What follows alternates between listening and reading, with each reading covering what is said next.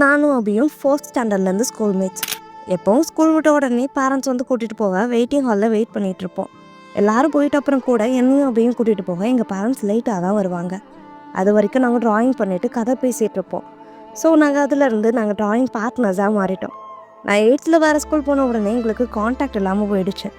அதுக்கப்புறம் நான் அபியை 11th படிக்கிறப்ப தான் பார்த்தேன் அன்எக்ஸ்பெக்டடாக. பெருசாக ஒன்றும் பேசிக்கலை, ஆனால் அவனோட ஃபேஸ் மறக்கலை எனக்கு. அதோடு நான் அவனை எங்கள் இங்கிலீஷ் மேமோட மேரேஜில் மீட் பண்ண வேண்டியதாச்சு. இதில் இன்னொரு கோஇன்சிடென்ஸ் என்னென்னா, அவனோட கசன் அண்ணா தான் எங்கள் மேமை மேரேஜ் பண்ணிக்கிறவங்க. அன்னைக்கு எங்களோட நம்பரை ஷேர் பண்ணிக்கிட்டோம்.